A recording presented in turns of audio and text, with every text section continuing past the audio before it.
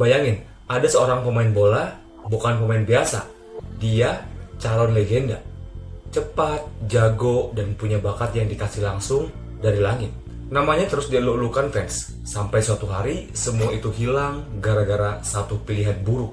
Banyak pemain bola yang jatuh bukan karena cedera, tapi karena musuh yang gak kelihatan, yaitu obat-obatan terlarang. Begitu mereka sentuh, karir, uang, popularitas, semuanya runtuh dalam hitungan bulan. Halo guys, welcome back to my channel. Halo anak kos.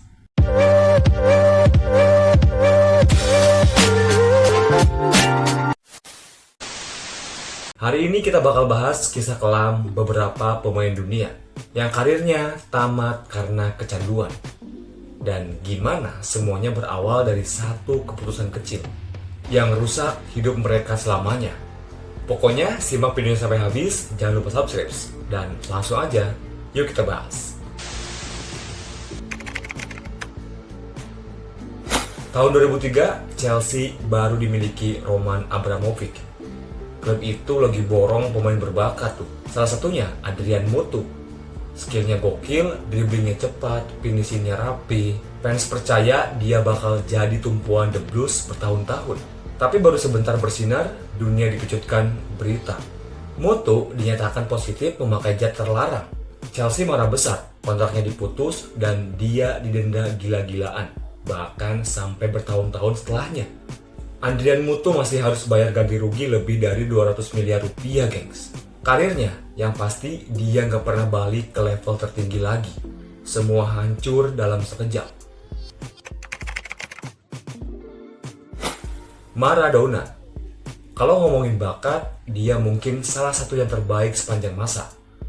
Tapi bahkan legenda pun bisa kalah sama rayuan dunia gelap. Nah, di akhir 1980-an dan 1990-an, Maradona mulai kesulitan mengontrol dirinya. Ketenaran besar, tekanan dunia, dan lingkungan yang salah. Semuanya menjerat dia ke kebiasaan yang buruk. Nah, pada 1991, dia didiskualifikasi 15 bulan karena zat terlarang. Lalu terulang lagi pada tahun 1994 di Piala Dunia saat dia ketahuan menggunakan zat terlarang lainnya. Bayangin aja, seorang pemain sekelas Maradona aja bisa jatuh sedalam itu. Dan itu jadi bukti betapa bahayanya dunia escape buat para atlet. Paul Gaza Gascoigne. Orang biasanya manggil Gaza. Dia jenius, entertain, pemain yang bikin fans Inggris jatuh cinta. Tapi di balik senyumnya, dia bergulat dengan masalah pribadi. Pergaulan buruk dan tekanan karir bikin dia makin jauh dari jalur sehat. Bukan cuma obat-obatan, tapi juga alkohol yang memperburuk segalanya. Sebuah film dokumenter tentang hidupnya nunjukin kalau Gaza itu bukan orang jahat. Dia cuma orang baik yang terjebak keputusan buruk yang berulang-ulang. Dan pada akhirnya banyak klub menjauhi dia. Karirnya yang pasti merosot tajam, bakat besar jadi sia-sia. Beberapa pemain lain juga pernah kesandung kasus serupa. Ada yang karirnya masih bisa diselamatkan, tapi banyak juga yang langsung hilang dari radar. Dunia sepak bola itu kejam, satu kesalahan kecil bisa menghapus seluruh kerja keras bertahun-tahun. Namanya mungkin nggak setenar Mutu atau Maradona, tapi di Amerika Selatan, dia pernah dianggap the next big thing. Dribblingnya licin, kecepatannya gila, scouter Eropa datang buat rekrut dia. Tapi sayangnya, lingkungan yang salah bikin karirnya hancur bahkan sebelum dimulai, gengs.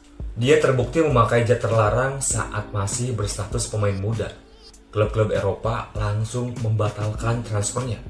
Mentalnya jatuh, masa depannya hilang. Dia akhirnya cuma jadi legend lokal yang dikenal karena bakat besar yang sia-sia. Kiko ini punya bakat, punya fisik, dan pernah gabung akademi klub besar. Tapi tekanan sebagai pemain muda bikin dia salah ambil jalan. Awalnya cuma coba-coba buat melepas stres, tapi lama-lama jadi candu. Karirnya mandek, kontrak diputus, dan dia akhirnya lebih dikenal sebagai selebriti reality show daripada seorang atlet sepak bola. Siapa yang gak kenal Rene Higuita?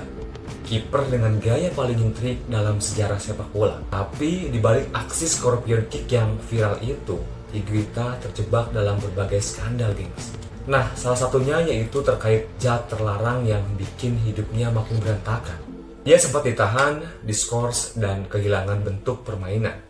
Hidupnya penuh drama dan ketenarannya pudar karena keputusan-keputusan buruk. Andai dia fokus sama karir, namanya mungkin bakal sebesar Neuer atau Buffon. Romario adalah legenda Brasil, tapi anaknya, Romarinho, nggak bisa mengikuti jejak sang ayah.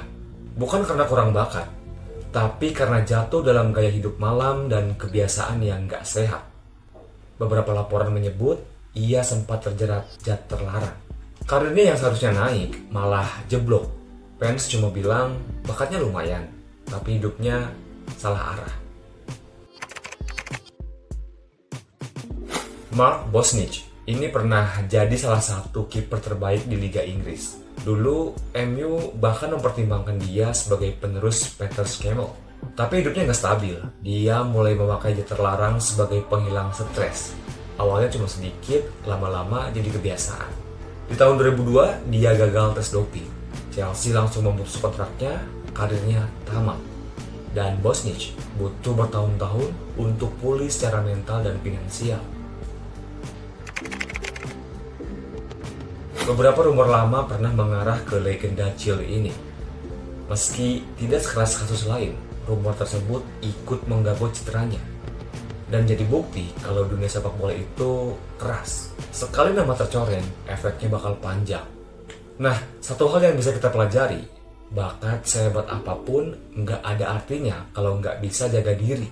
Para pemain ini punya dunia di tangan mereka, tapi keputusan kecil yang salah berubah jadi badai yang ngancurin segalanya.